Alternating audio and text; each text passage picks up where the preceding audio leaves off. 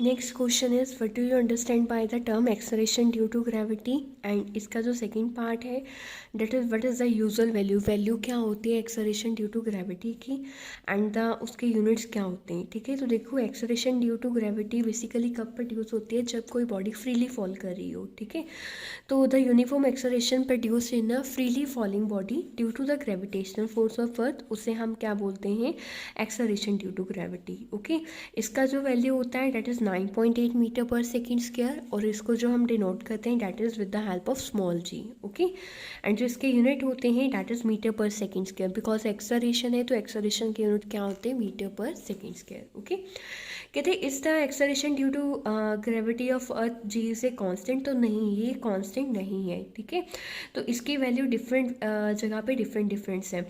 Like इसकी जो value है वो मिनिमम है पोल्स पे, और अगर मैं बात करूँ इक्वेटर पे तो इसकी वैल्यू क्या है, मैक्सिमम है। ठीक है, तो मतलब अगर इक्वेटर पे मिनिमम होगी तो पोल्स पे मैक्सिमम होगी, मतलब इसका क्या है, इन्वर्सली, मतलब दोनों के इन्वर्स में ये वर्क करता है। और अगर हम सेंटर ऑफ अर्थ पे इसको ले जाएं तो इसकी वैल्यू क्या होती है, ज़ीरो होती है। ठीक है, उसके बाद नेक्स्ट क्वेश्चन है calculate the acceleration due to gravity.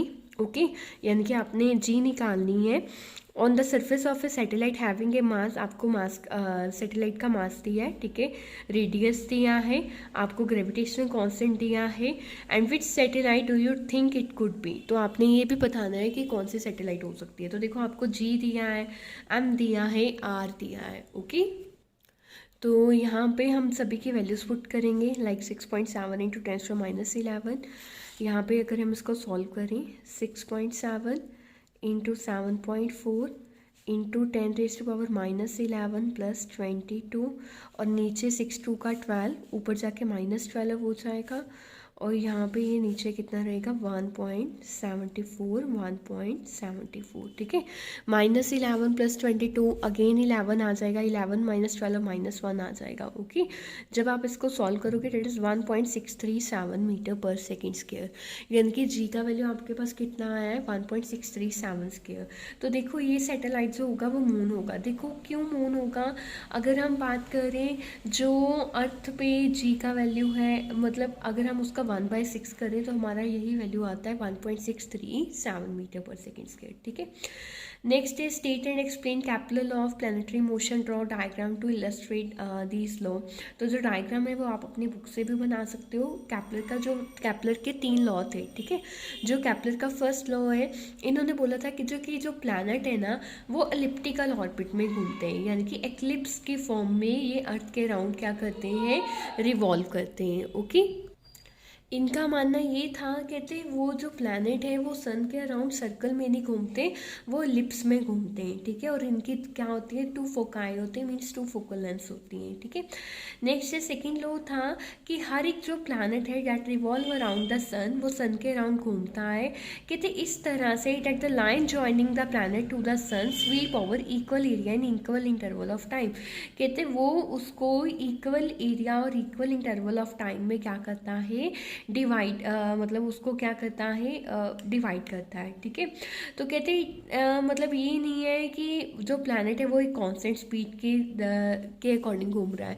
कहते जो स्पीड है ना वो उसका अगर ग्रेटर है it means planet is nearer the sun. Okay, अगर लेस है it means planet is farther away from the sun, क्योंकि उसने तो घूमना ही है। अगर तो वो सन के पास होगा तो वो उसका स्पीड क्या होगा, ज़्यादा होगा, अगर सन से दूर होगा तो उसका स्पीड क्या होगा, कम होगा। ठीक है, एंड थर्ड लॉ क्या था कि जो डिस्टेंस है अगर आप उसका क्यूब करोगे तो that is directly proportional to the time. ठीक है, मतलब टाइम के स्क्वायर के क्या होगा, डायरेक्टली प्रोपोर्शनल होगा। Okay, next question is the mass of a planet is 6 × 10⁻24 kg, mass दिया है, डायमीटर दिया है, डायमीटर का आप रेडियस निकाल लोगे। रेडियस कैसे निकालते हैं, डायमीटर डिवाइडेड बाय 2। ओके, तो ग्रेविटेशनल कांस्टेंट का वैल्यू दिया है, आपने क्या निकालनी है, ग्रेविटी निकालनी है, यानी कि हमने जी निकालना है। तो again formula was same, G is equal to GM/r²। तो देखो मास हमारे पास क्या है, 6 × 10⁻24, डायमीटर 112.8 × 10⁻3।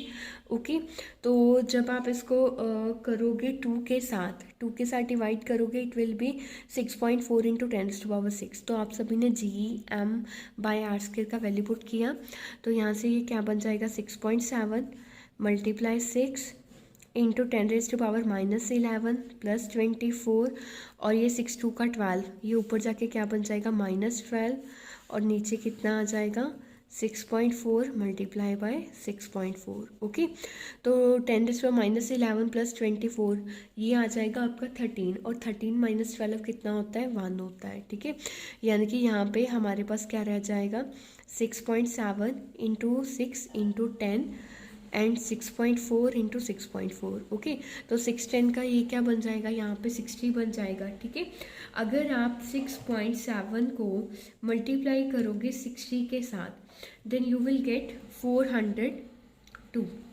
ओके, तो अगर आप 6.4 को 6.4 के साथ मल्टीप्लाई करते हो तो आपका आता है 40.96। ओके, तो अगर आप 402 को डिवाइड करोगे 40.96 के साथ then you will get 9.814 something. Okay, तो आपका इसीलिए हमारा यहाँ पे ग्रेविटेशन का वैल्यू क्या आ जाएगा 9.8 आ जाएगा। ठीक है, तो ये बेसिकली ग्रेविटी की वैल्यू कहाँ पे होती है अर्थ पे होती है। ठीक है, देन है if the distance between the two masses increase by a factor of 5, मतलब जो डिस्टेंस है that is increase by a factor of 5। ठीक है, 5 टाइम उसको हमने इंक्रीज किया। By what factor would the mass of one of them have to be altered to maintain the same gravitation force, कि मैं मास में कितना चेंज करूँगी, क्या मास में चेंज आएगा कि जो ग्रेविटेशन फोर्स पहले था वही उनमें रहे। ठीक है, कहते क्या मास इंक्रीज होगा या डिक्रीज होगा अगर हमने वही